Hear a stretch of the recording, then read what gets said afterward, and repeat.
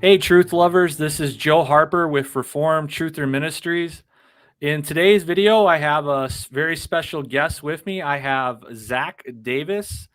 Zac, you are a missionary. You are a student at the Institute of Biblical Anthropology, and you are a business owner and founder. Your business is called Children of the Day. So I'm very excited to have you on. Welcome to the show, Reformed Truth Through Ministries. And yeah, just tell us a little bit about yourself. Glad to have you. Yeah, thanks, Joe. Happy to be here.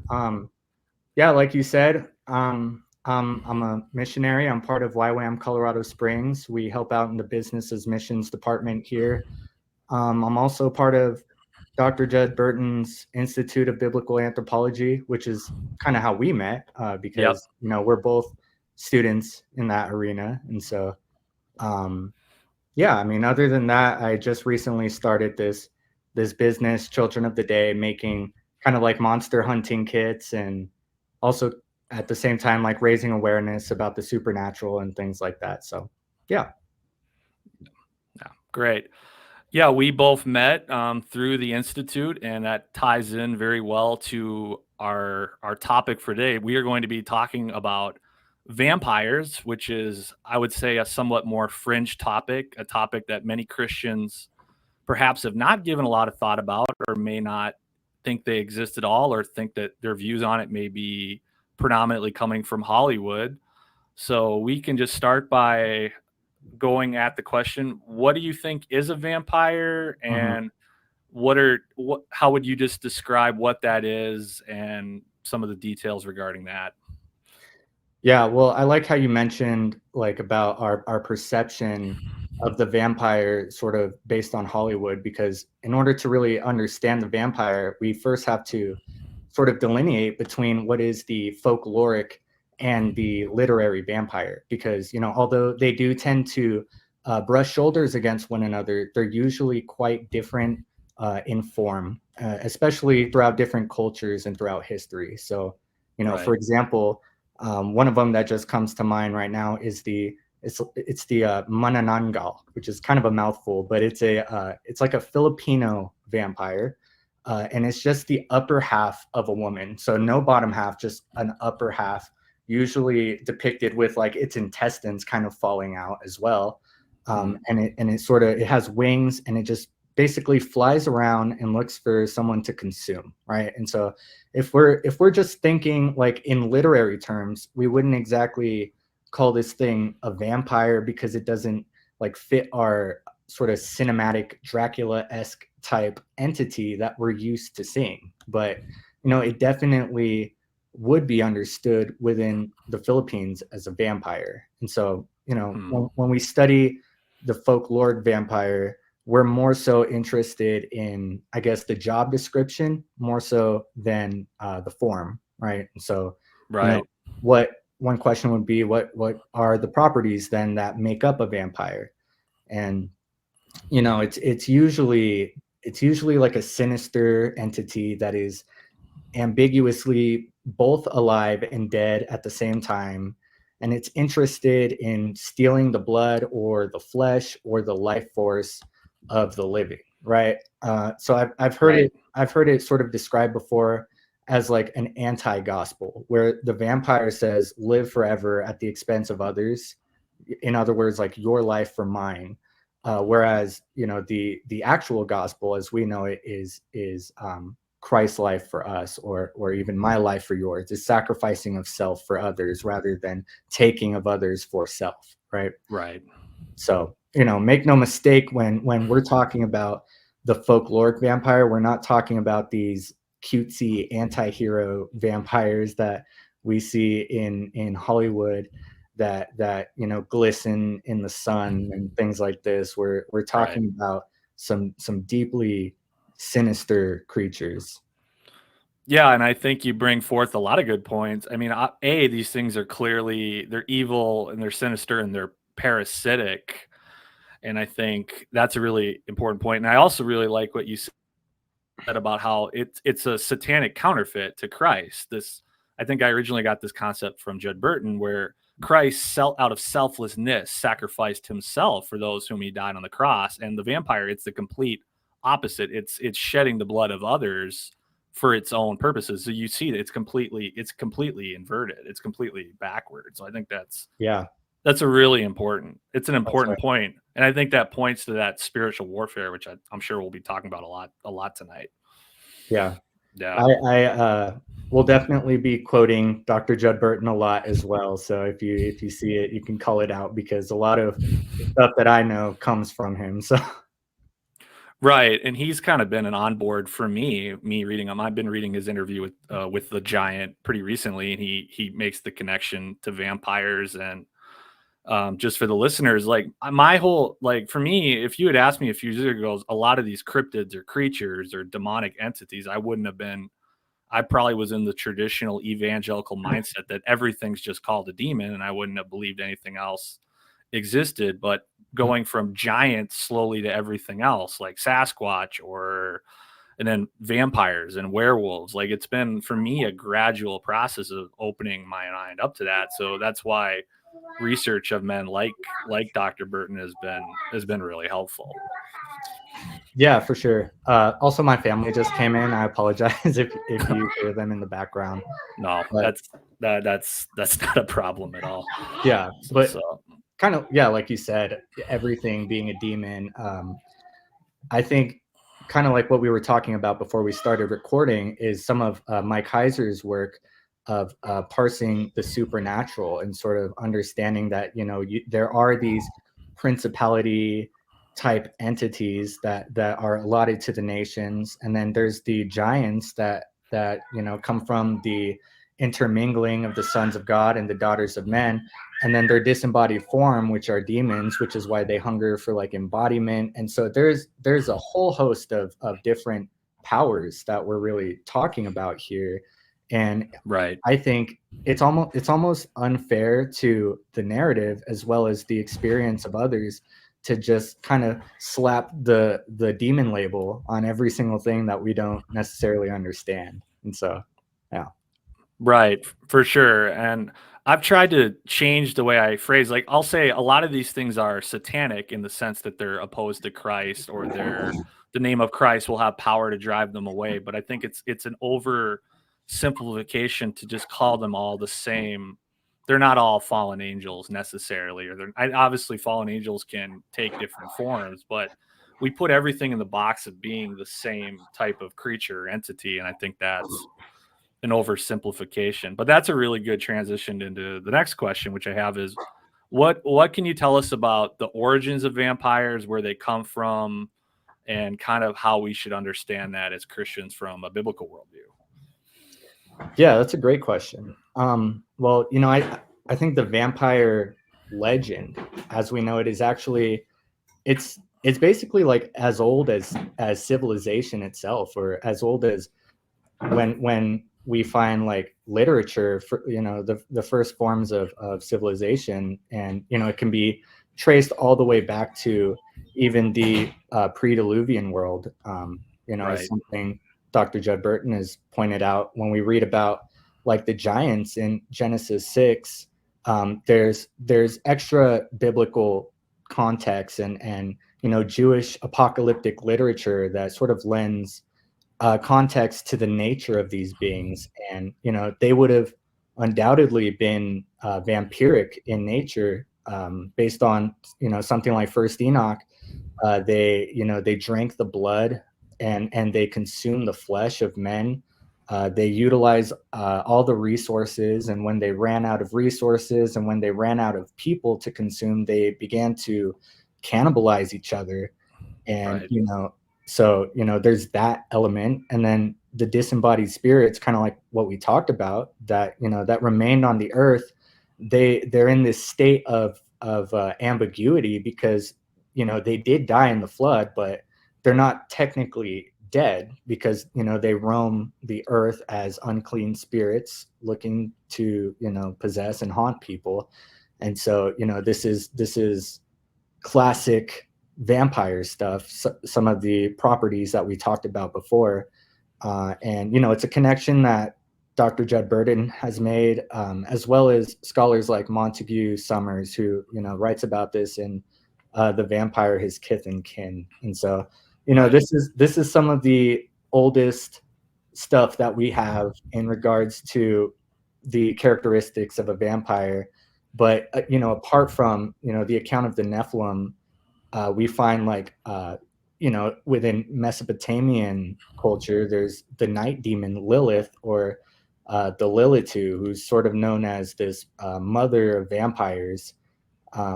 There's this really ancient plaque called it's called the Bernay relief, which dates back to almost like 4,000 years ago, and it depicts the Lilith as this like winged woman with like bird talons, and she's sort of known as this seductress of men, but she also will lure people in and then feast on their blood. And some texts show us that like the more innocent the victim is, the more grotesque and the more cruel her attack would be. And so she's one of these very sinister vampiric entities within Mesopotamian folklore.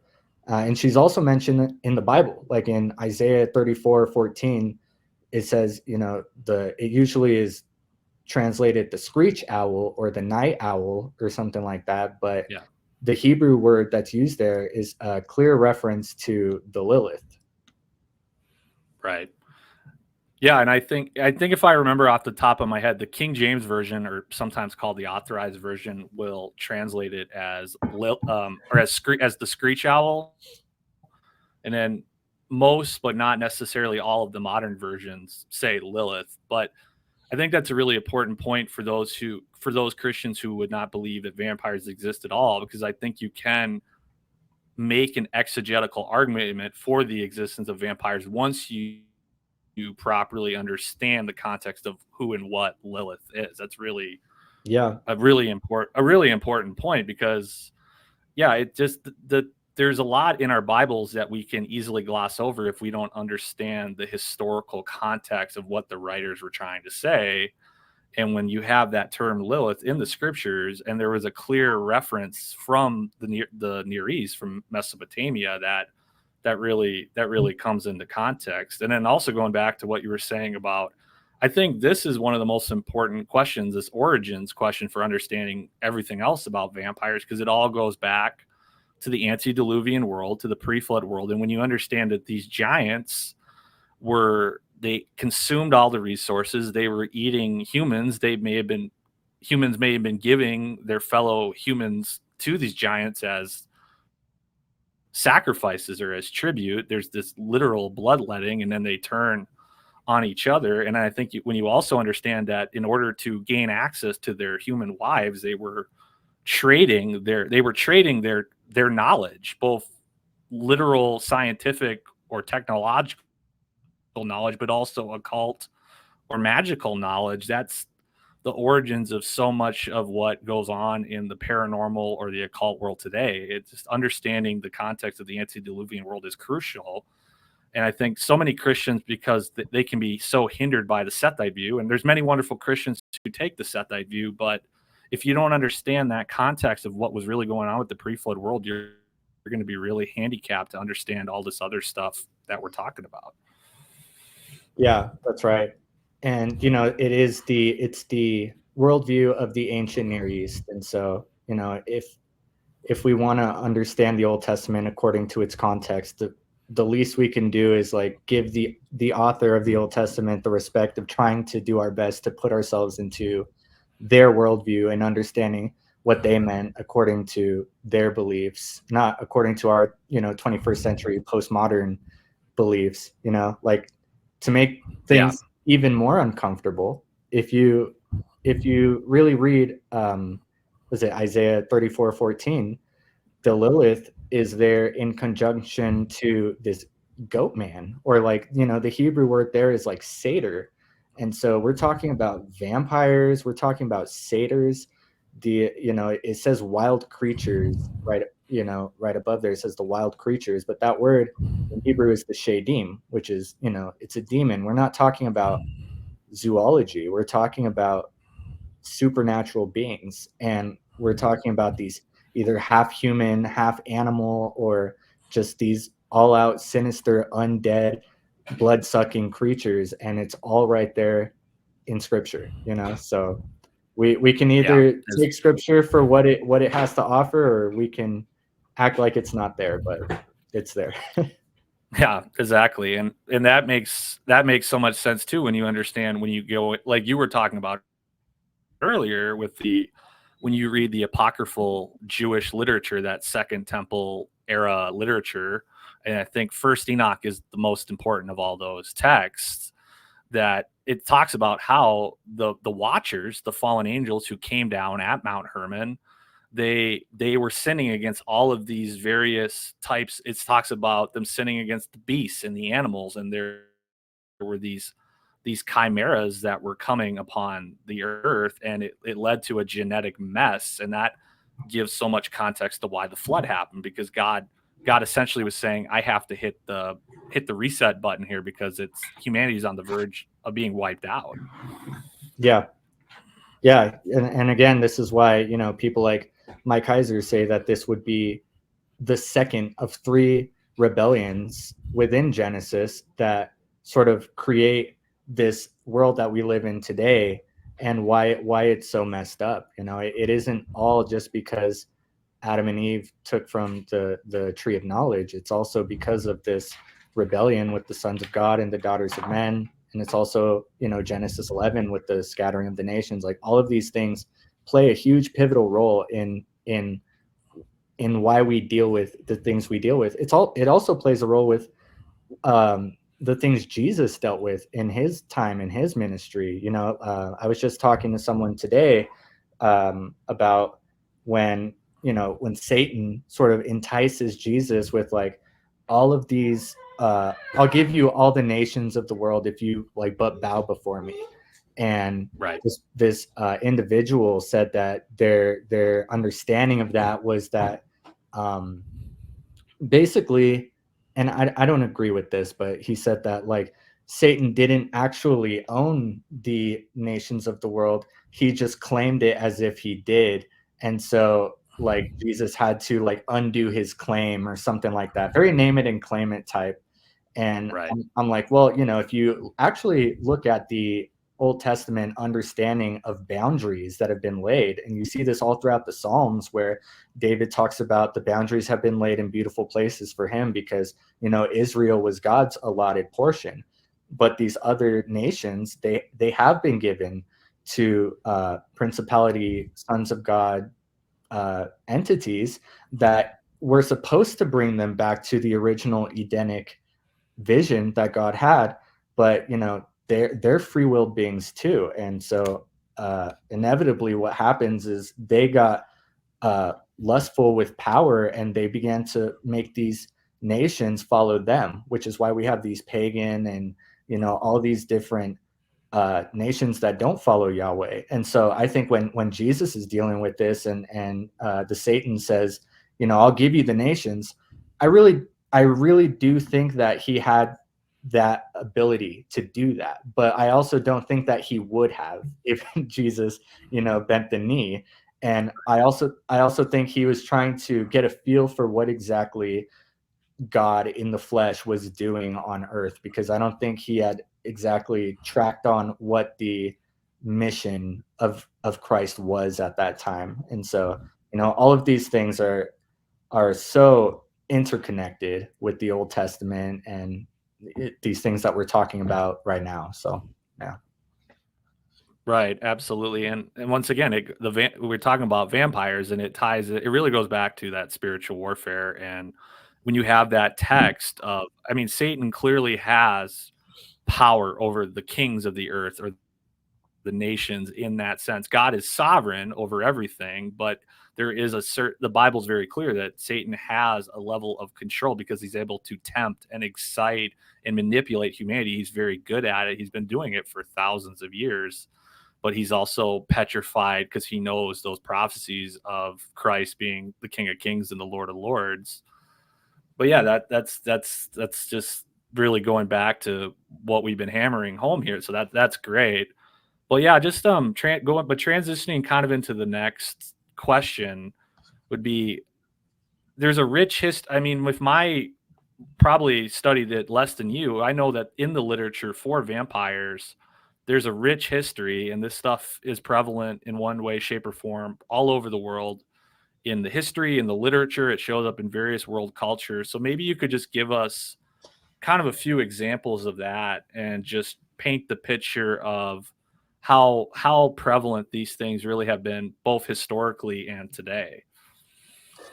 Yeah, sure. I mean, I mentioned like the Lilith before, we started talking about this, which is, found in Mesopotamian culture, but there's actually there's more like vampiric entities within the ancient Near East. Like for one example, can be found in Proverbs 30:15, which is usually translated as like horse leech or just leech, usually in the English, but the Hebrew word there is the aluka, which according to like the Dictionary of Deities and Demons, which is a really good source for a lot of this stuff, by the way. It clearly defines this aluka, this horse leech, as a vampire. So, Solomon is drawing on this ancient folkloric entity to describe a woman who, only takes and is never satisfied, which is classic vampire stuff. And, she's stealing of the life force and taking what's not hers, right? And, there's trying to think. There was something that I heard recently about the Aluka that Judd Burton talked about. I can't remember where, but he basically made the case that there's an etymological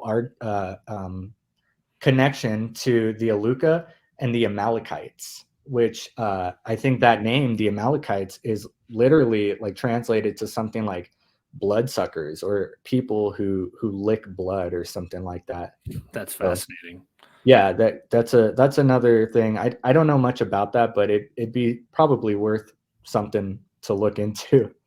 Um, but I guess kind of stepping away from that, you have like in pre-Islamic Arabian folklore, you have the ghoul, which I think some people may have heard of this ghoul. It's like a monstrous creature that digs up freshly buried bodies from the grave and consumes them. And some stories even suggest that the ghoul can like influence humans to partake in this ritual too. Like I was reading in Lives of the Necromancers by William Godwin, says that there's this story of this family. It was like a newlywed husband and wife, and they would meet for dinner every evening, and the woman would never eat. Like if anything, she would just like cut a grain of rice in half and have like half a grain of rice, and she was like never eating. And so he was like worried that she would begin to get malnourished, and so he's making all these different meals, like different options, varieties, and she would just never eat. But she was also not becoming malnourished either, and so he was wondering like, all right, you have to be getting your source or your nourishment from something. And so one night he sees her wake up and he sort of spies on her and follows her out the door, and sure enough, she goes to the graveyard and meets with this ghoul, and together they unbury this freshly buried body, and they begin to eat the corpse. And so he finds out that she's been eating dead bodies, which is an unfortunate thing to find out that your wife is doing. And Right.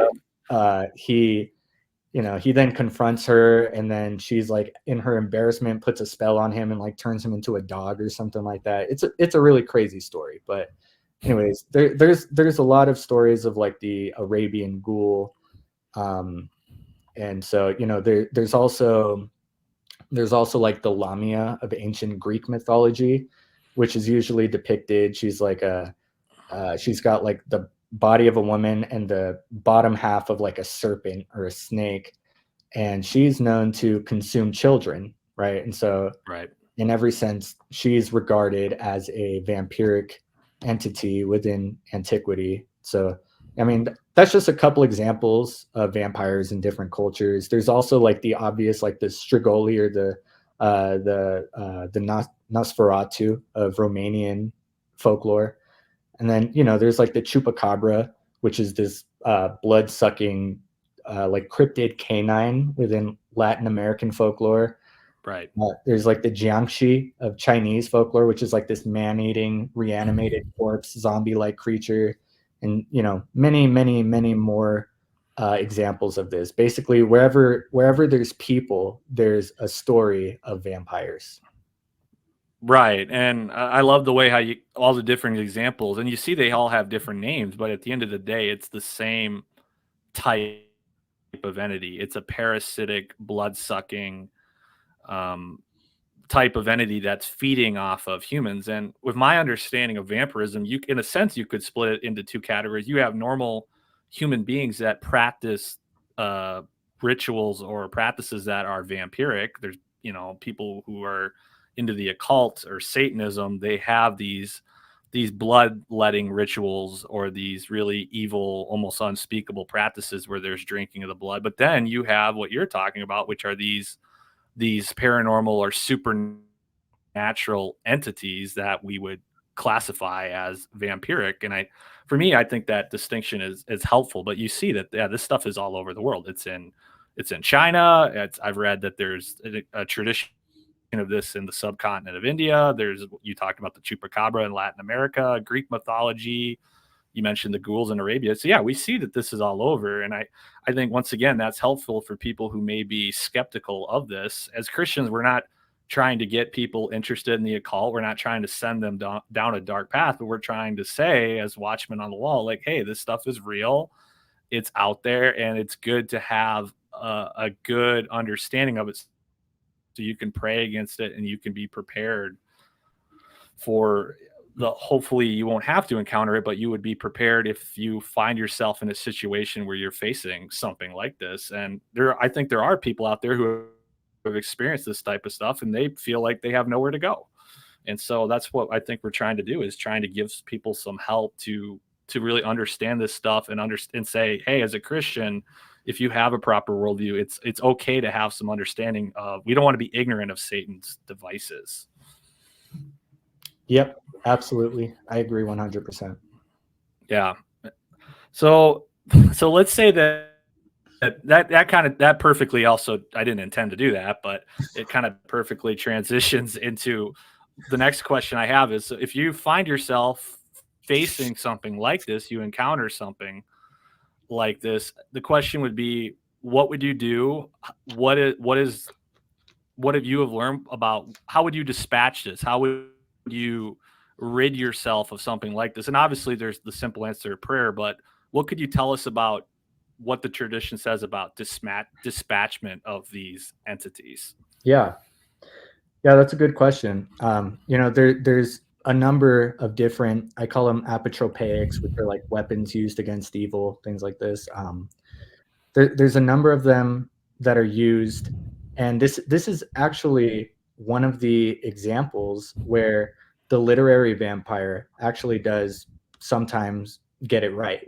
Like things like the wooden stake, or silver, or religious paraphernalia. These things that are pretty commonly found in books like Bram Stoker's Dracula. They're also pertinent to the cultural understanding of the vampire as well. One thing that I found fascinating through studies, I've posted like little videos talking about this on my Instagram recently, is that nearly all these apotropaics find their origin in the story of Christ, right? In one way or another, Right. it kind of finds its way back to that story. And so, it's almost as if all these cultures sort of acknowledge that the one thing that can dispatch pure evil is the power of Jesus. Maybe whether subconsciously or not, it's like, this is the one thing that is able to destroy evil, right?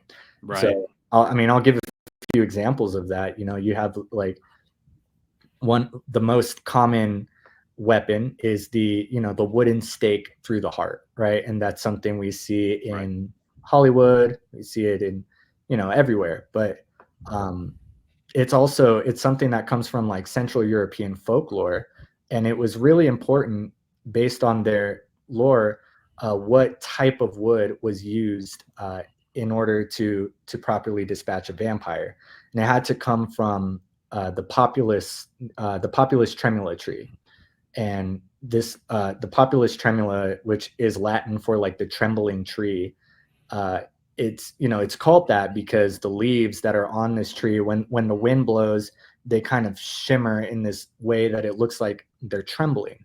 But this tree was also said to have been used to form the wood of the cross, and so there's a legend or a belief that it trembles sort of from the shame of playing a part in the crucifixion of Christ, and so it couldn't just be any wood to impale the vampire. It had to be from this populus tremula. It had to be from the wood that formed the cross.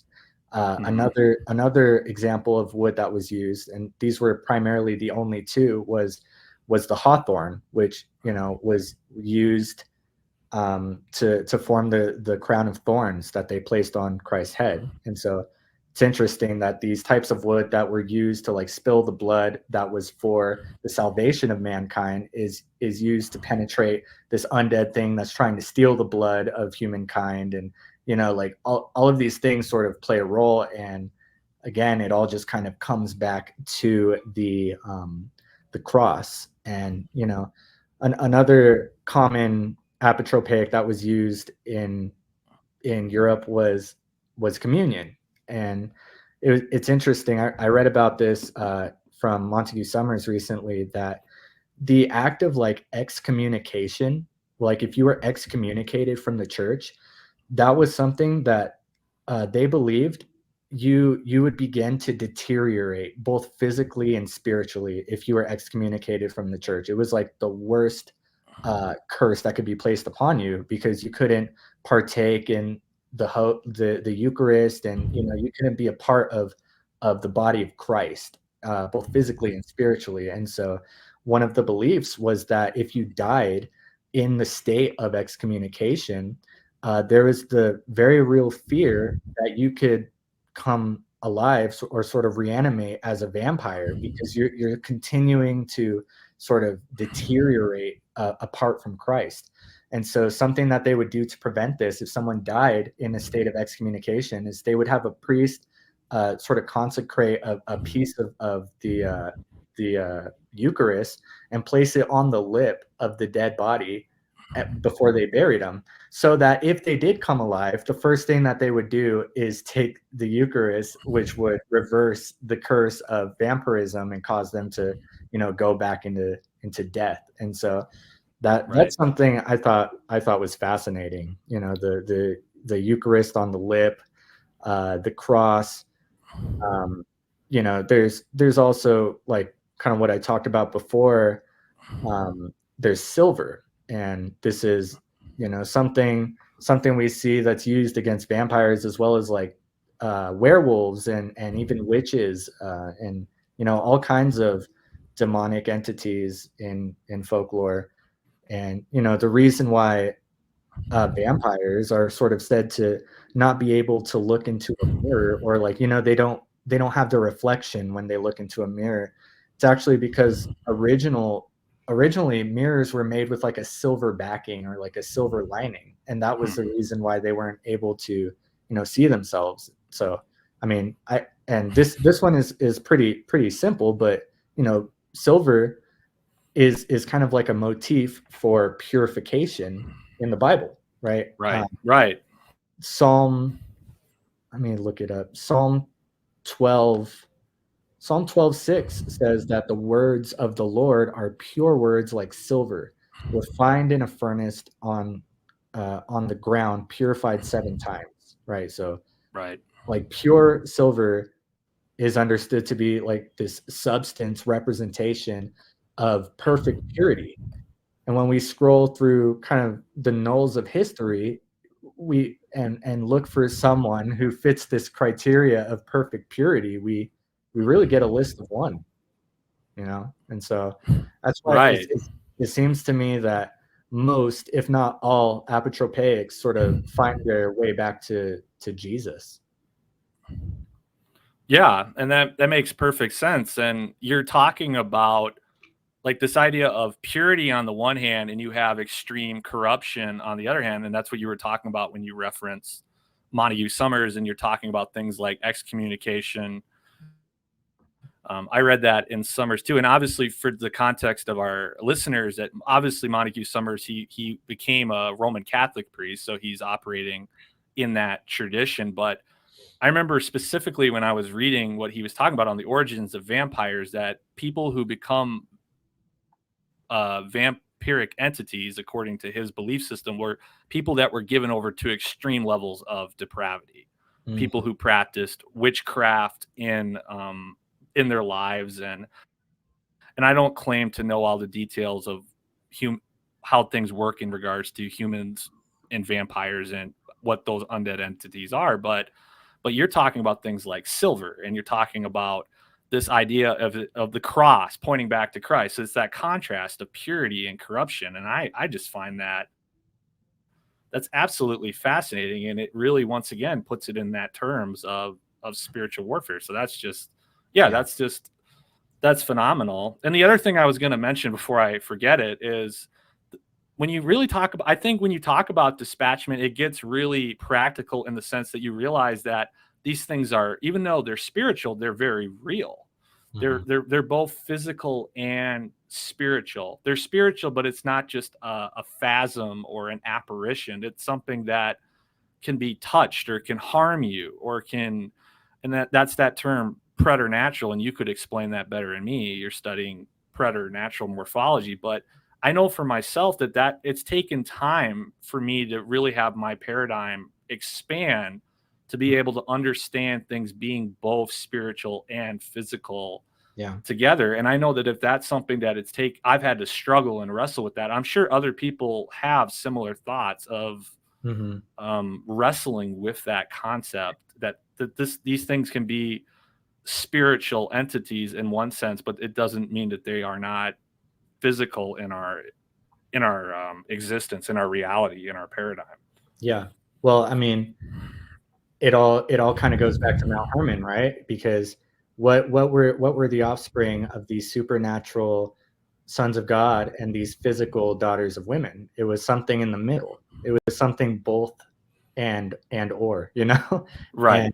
And what does it mean that like the life is in the blood? It seems like I could cut myself and bleed, but there's also like this very supernatural element of blood that's explicit in scripture as well. And so I think a lot of these things, and Judd Burton talks about this in his chapter Vampire Zero, how it does make sense that this vampiric, or really anything that we're dealing with, like demonic, that manifest in our reality, would sort of teeter on this back and forth between what is natural and what is supernatural, because the rebellion lent itself to that very nature, if Right. that's the Right. way to explain that. But yeah, so Yeah. yeah. No, that's great. And I agree 100%. You've talked a lot about Montague Summers, and that really one of the questions I wanted to ask near the end is if we have a Christian, especially somebody who really wants to look into these things, where would you point people to start if they wanted to understand vampires?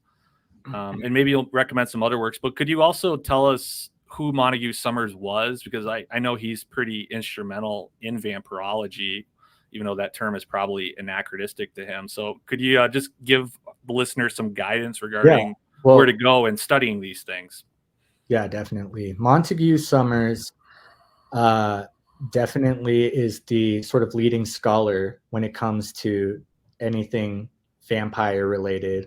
Also, like witchcraft, demonology. He's just kind of the go-to guy, and he's a fascinating person. It's really hard to find anything concrete on him, because his life was just shrouded in mystery. Like Right. he was, I believe he was an Anglican, and then he was really into like theater and arts, and then he started writing on the occult, and he then became a Catholic, and then he like I don't know if he became a priest or not. Some stories say he did, some say he tried to and he wasn't able to, but That's what I read about him as well. That I think I, you could correct me if I'm wrong, but I think he did get ordained, but there was question over the legitimacy of mm, his ordination from a Roman Catholic perspective.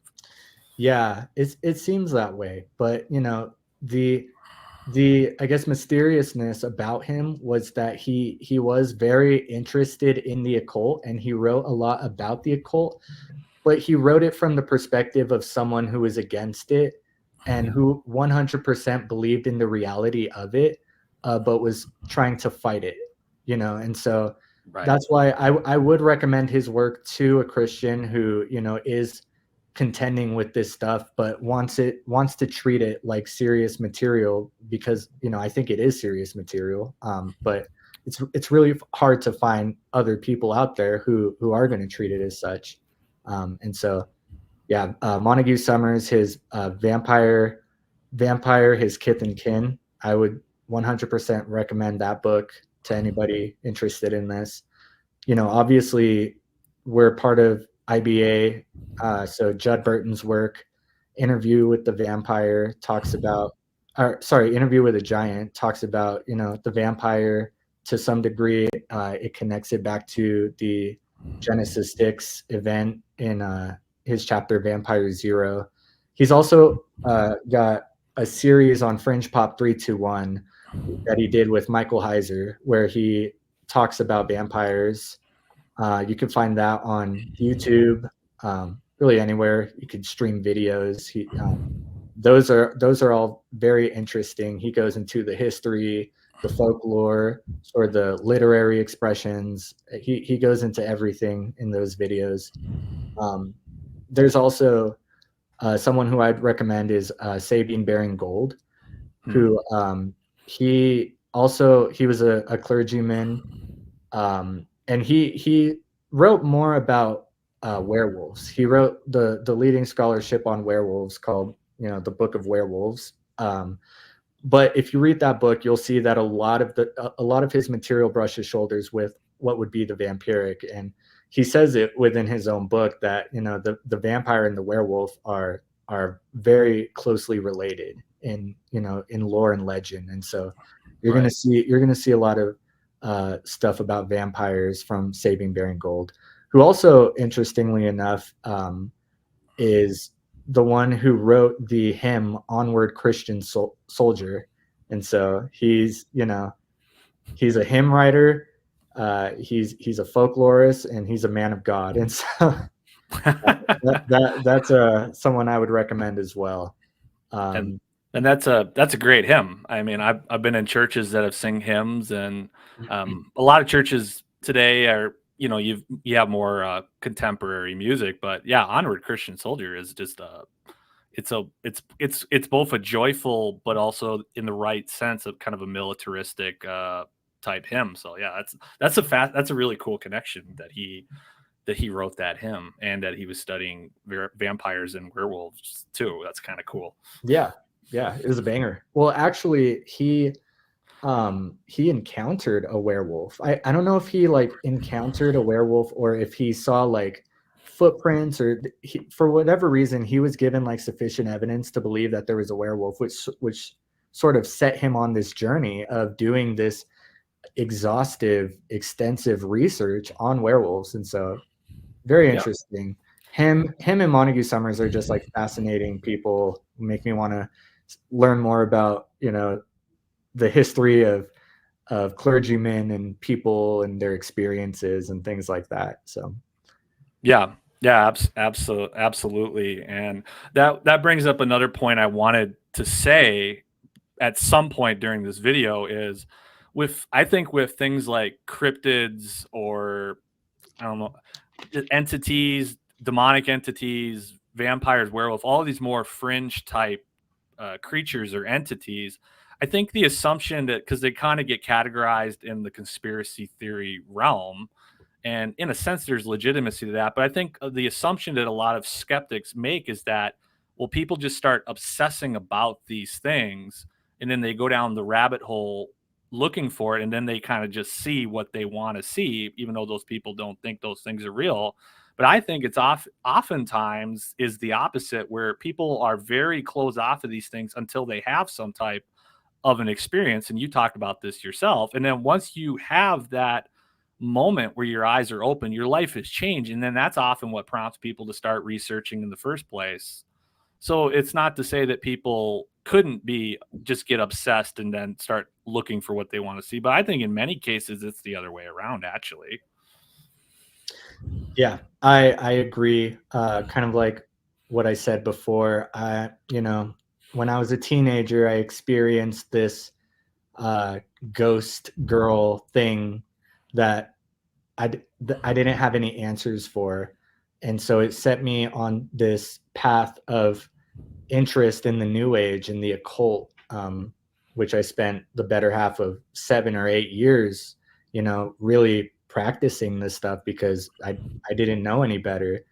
But then, I got saved in 2016 thanks to, a good friend of mine who stood by my side and like never gave up on me. And, after like coming to find Jesus, I started to realize, like this, the biblical narrative doesn't have to negate every other paranormal experience. In fact, if it is objective truth, as Christians say it is, it should have answers, And Right. so I think like the issue is that on one hand, people might go into this place of like obsessing about it or even becoming interested in practicing, and that's where it's like, don't do that, Right.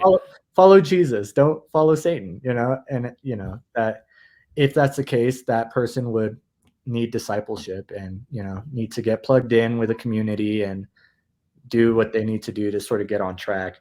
But Right. on the other side, there's those who just will not talk about this stuff at all. And then there's the person sitting in church who's like, I had this crazy experience and I don't know who to talk to about it. I feel like, my church will look at me like I have 3 heads if I tell them that I saw a UFO, or like Right. something like that. And so it's like, what about those people? They need answers. And so there is this dichotomy where it's like, we can't be so far one way where we just obsess about it, and then we can't be so far the other way where we act like it's not there. We have to find a middle ground. Yeah, amen. Exactly. I think you hit the nail on the head. We don't want people, we don't want to talk about this stuff and generate an interest in the occult and send people down that dark path. To use a Lord of the Rings illustration, I think Saruman turned because he studied the rings too deeply. That's kind of that Mhm. illustration. So we don't want to do that. Well, yeah, I think you nailed it. I even from personal experience, like there are people who experience these things. They weren't looking for it. They have no idea what to make of it. And they can go to the church and if they speak up, they can become a pariah by the people who should be caring about them the most. And I'm not saying that to tear down the church. My hope is to build up the church. But I know this from my own experience too, because I kind of would adhere to being in the broader Reformed tradition, hence the name Reformed Truth Through Ministries. And I can say not all, but many people who call themselves Reformed, in my experience, are as closed off to these things and push back the hardest of anybody. And I know I'm not the only person who has experienced that. Like somebody like Doug Van Dorn, who's written a book on giants. I've heard him on the internet say multiple things. And I don't think that's exclusive to that theological tradition. I think that's true in many aspects of evangelicalism. So we want to we want to encourage people to see these things like you're saying, but we also don't want to send people down the path of darkness. We need to, as you were saying, find that balance. And I'm really glad I'm really glad you said that. And I think on the one hand, we, like I said before, we don't want to be ignorant of Satan's devices, but we also need to be filling ourselves with the light more than with the darkness. If we just study these things all the time and our faith isn't rooted in Christ and we're not walking with the Lord day to day, we're gonna end up being off kilter in one way, shape, or form. Totally. Yep. Yeah. Agree. And you're talking about resources for people who want to learn more about this stuff. Obviously, the best resource you're going to get is the Bible. Read your Bible. Learn that the stuff that we're talking about isn't just coming from nowhere. It's coming from the Holy Scriptures, and these are the scriptures that Jesus quoted as defense, as refutation against the Satan. And these scriptures, we hold them as authoritative, and so we ought to contend with what's in there.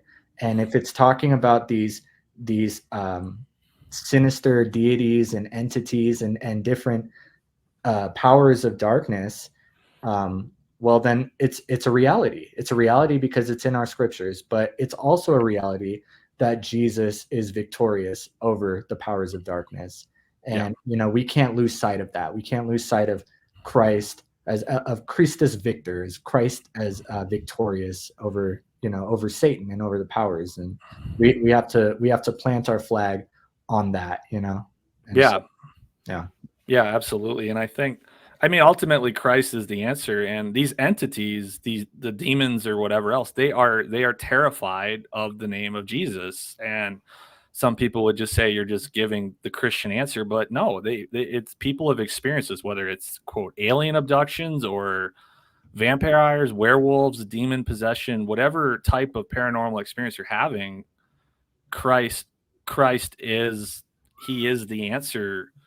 He is the answer to that. And I think when we've talked about vampires, I would even include werewolves in this. They're very dangerous. If you encounter them, there's something you don't want to play with. I would consider them amongst Satan's more deadly servants, even though I'm not going to be too dogmatic about that. But even with all that being said, like Christ has power over everything that would be a part of Satan's kingdom. Yeah. Amen. Yeah.